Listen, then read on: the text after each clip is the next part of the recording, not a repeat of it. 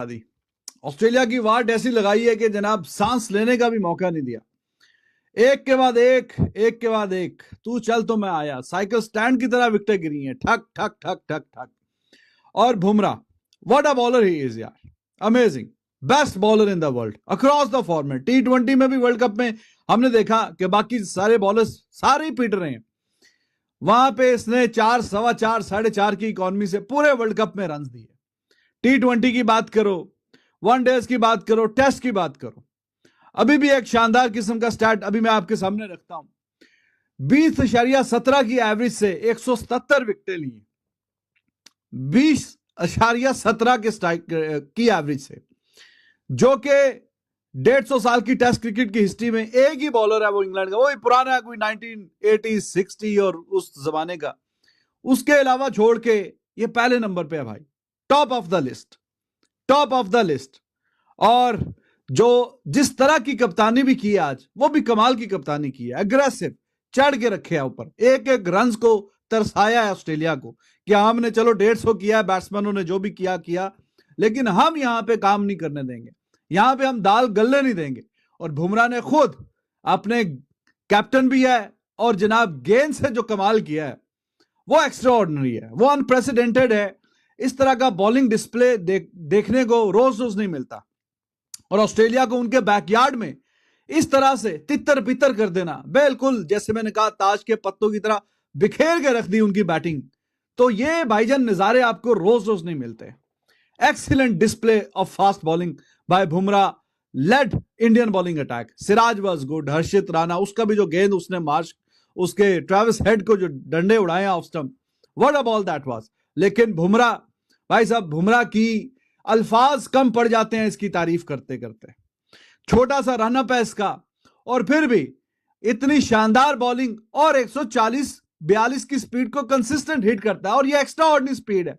अगर आपके पास ये वाले स्किल सेट हैं जो इसके पास है, तो कल भी प्रेस कॉन्फ्रेंस में किसी ने बोला, तो बोला कि यार मीडियम फास्ट बॉलर क्या बोल रहे हो, फास्ट बॉलर बोलो मुझे। तो फास्ट बॉलर वो दुनिया का नंबर 1 बॉलर है एट द मोमेंट, और उसमें कोई हिचकिचाहट नहीं है, आपको बार बार सोचना नहीं पड़ता कि नहीं ये नहीं ये, तो ये नहीं तो ये, तो वो अनडिस्प्यूटेड एट द मोमेंट जो है नंबर 1 बॉलर है across the format.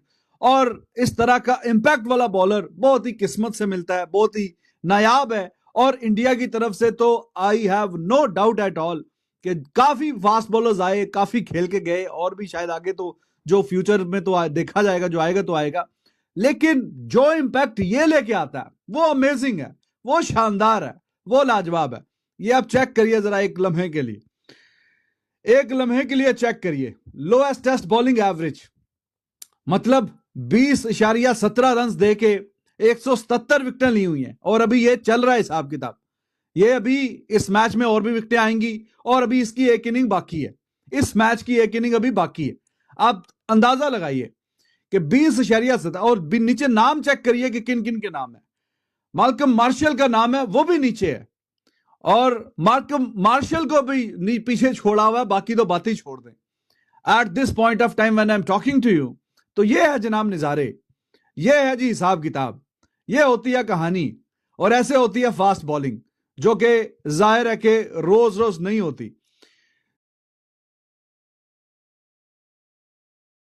An outrageous comeback by Jasprit Bumrah, Mohammad Siraj, Harshit Rana.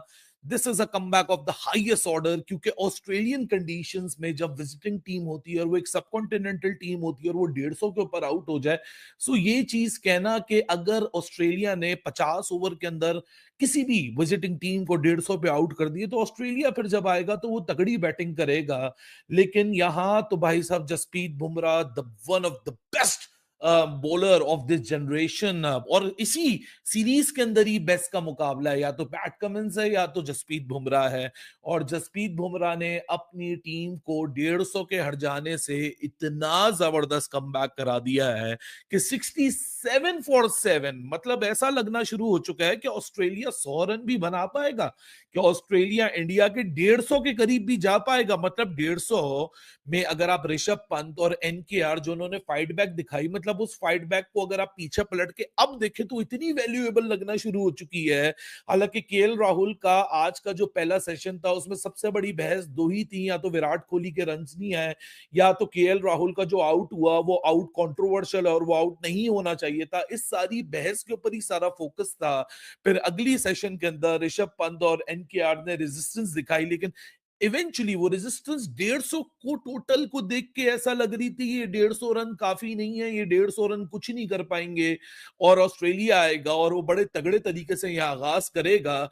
लेकिन जिस तरीके से पहली विकेट जब डेब्यूटन मैक्सवीनी की निकाली जसप्रीत बुमराह ने, जिसपे एम्पायर बहुत कॉन्फिडेंट थे कि आउट नहीं है, और डीआरएस के ऊपर गए, उसके बाद एक करके दूसरा करके ख्वाजा का विकेट लेके पहली बॉल का डक स्टीव स्मिथ, उसके बाद ऑलमोस्ट लबुशेन का विकेट भी ले गए थे अगर विराट कोहली वो कैच को ड्रॉप ना करते। लेकिन लबुशेन ने कोई इतना डैमेज नहीं प्रोवाइड किया, मतलब इनफैक्ट वो ड्रॉप कैच तो मददगार साबित हो गया क्योंकि लबुशेन एक एंड पे बैठ के ऐसी डेड बैट के साथ बैटिंग कर रहा था कि उसने पूरा नेगेटिविटी नेगेटिव मोमेंटम ऑस्ट्रेलिया के अंदर इग्नाइट कर दिया था। क्योंकि एक एंड से अगर एक बल्लेबाज 52 बॉलें खेल के यानी 52 बॉलें खेल के सिर्फ 2 रन बनाए और वो शुरू की ही 3-4 बॉलों के अंदर वो सरवाइव कर जाए और अगली आने वाली 46 48 और डिलीवरीज वो सिंगल डबल ना कर पाए, स्ट्राइक रेट को ना मूव कर पाए, एक एंड को बिल्कुल ब्लॉक कर दे, तो नेगेटिविटी दूसरे एंड के ऊपर भी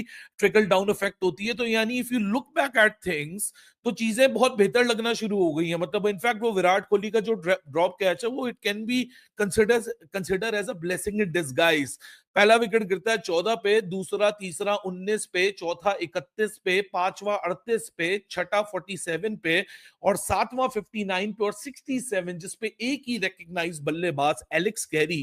लेकिन मिचेल स्टार्क और नेथन लाइन के अंदर कैपेसिटी है इनका साथ देने की और टेल को एक्सटेंड करने की, लेकिन आज शायद आधा घंटा और मिल जाता तो ये 3 विकेटें भी इंडिया गिरा के आज एक ऐसा आइकॉनिक दिन बन जाता पर्थ में कि जहां लास्ट टाइम टेस्ट मैच खेला जा रहा था इस विकेट के ऊपर तो पाकिस्तान पहले बॉलिंग कर रहा था, ऑस्ट्रेलिया ने 400 एंड समथिंग रन लगाए थे और आज जब पर्थ पे दूसरा टेस्ट मैच हो रहा है तो इतना कंट्रास्ट है। हालांकि looking the conditions, looking the deck, looking at the pitch, ऐसा लग नहीं रहा कि 17 विकेटें एक दिन में गिर जाए, लेकिन 17 विकेटें तो गिरी ही गिरी, साथ में इंडिया की 10 और 7 विकेटें जिस फैशन में गिरी हैं, that was an absolute terrific thing to see. क्यों वो दिन गुजर गए जब ऑस्ट्रेलिया पर्थ में एशियाई टीमों को बुलाता था और बाउंसी ट्रैक पर फंसाता था। कम से कम टीम इंडिया के लिए यह बात नहीं कही जा सकती।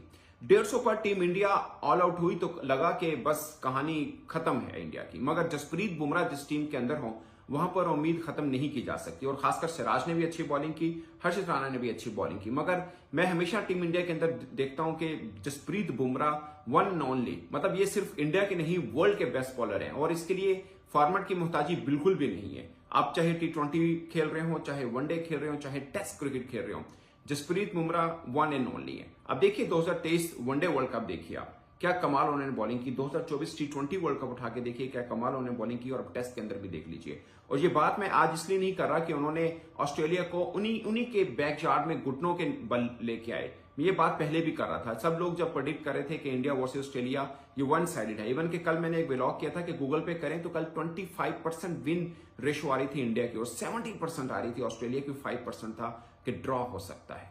और आप सोचिए कि 3-0 से अपने घर में हारने वाली टीम इंडिया कैसे पलट कर वार किया और कहां पर किया है, haunting ground of Australia Perth, जहां पर अभी तक ऑस्ट्रेलिया एक भी टेस्ट मैच नहीं हारा। ये ऑप्टस एक नया स्टडी बना जो 2018 में बना था।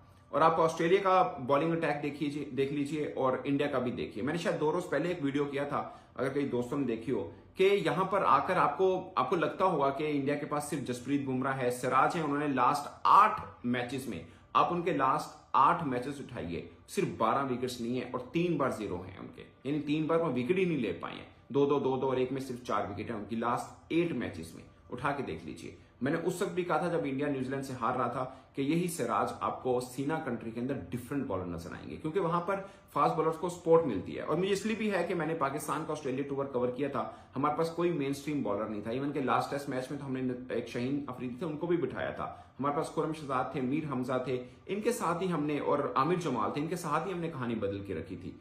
हम हारे जरूर थे वहां पे, मगर हम ऑस्ट्रेलिया से इस तरह से मार नहीं खाई थी। बट अब इंडिया ने तो एकदम ही सब कुछ चेंज करके रख दिया ना, कि 150 के ऊपर आउट होने के बाद सबको लगा ये मैच तो गया, अगले 4 मैचेस के देखते हैं क्या हुआ। मगर इंडिया, खासकर जसप्रीत बुमराह ने कहा कि अभी कहानी बाकी है, और जिस तरह से उन्होंने बॉलिंग की है वो अपने आप में एक मिसाल है। 19 पर 3 आउट थे, 19 रन के ऊपर 3 आउट किए थे, जहां पर 14 पे 1 हुआ था, 19 पे 2। फिर स्मिथ को मुझे लगता है कि वो शायद टर्निंग पॉइंट था कि पहली बॉल के ऊपर एलबीडब्ल्यू करना।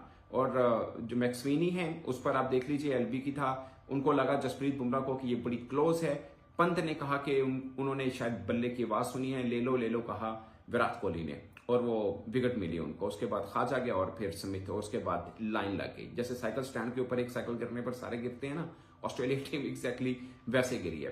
फ्रैंकली स्पीकिंग, मैं हमेशा समझता हूं कि पर्थ ऑस्ट्रेलिया बहुत एक खास धांसू किस्म की परफॉर्मेंस है। अभी नया स्टेडियम है, इससे पहले में भी पर्थ में हमेशा ऑस्ट्रेलिया बाकी टीमों को, खासकर एशियन टीमों को पसंद है, क्योंकि बाउंसी ट्रैक है और सब कुछ है। इनका होबार्ट और पर्थ, ये 2 ऐसे ग्राउंड है जहां पर वो एशियन टीमों को फंसाते हैं। सिर्फ एडिलेड और सिडनी ऐसा ग्राउंड माना जाता है जहां पे एशियन टीमें अच्छा खेलती हैं। मगर अब इंडिया के आप प्लेइंग 11 में देखें, हालांकि अभी इसमें शामिल नहीं है, उसके बावजूद आप उनका बॉलिंग अटैक देखें, मुझे लगता है कि अब ऑस्ट्रेलिया में खेलें या कहीं पर भी खेलें, आपके पास अगर बॉलिंग अटैक अच्छा है ना, तो आप किसी को भी गिरा सकते हैं। और वो बहुत पुरानी दिनों की बात होगी जब ऑस्ट्रेलिया के अंदर ऑस्ट्रेलिया को हराना या ऑस्ट्रेलिया को इस तरह घुटनों के बल लेके आना मुश्किल काम होता था, खासकर एशियन टीमों के लिए। अब ये एशियन टीम है जो अपने घर में 3-0 से न्यूजीलैंड से हारी है और स्पिन ट्रैक पर हारी है। और ये वही एशियन टीम यानी इंडिया टीम ऑस्ट्रेलिया में पर्थ के अंदर ऑस्ट्रेलिया को आगे लगा के बैठी हुई है। आप अंदाजा कीजिए, पहले दिन में ही बर्तरी ले रखी है टीम इंडिया ने, पहले दिन में। और ये मुझे लग रहा है कि 3 दिन से आगे मैच नहीं जाएगा। बाकी ऑस्ट्रेलिया और इंग्लैंड ऐसे होते हैं, आपको पहले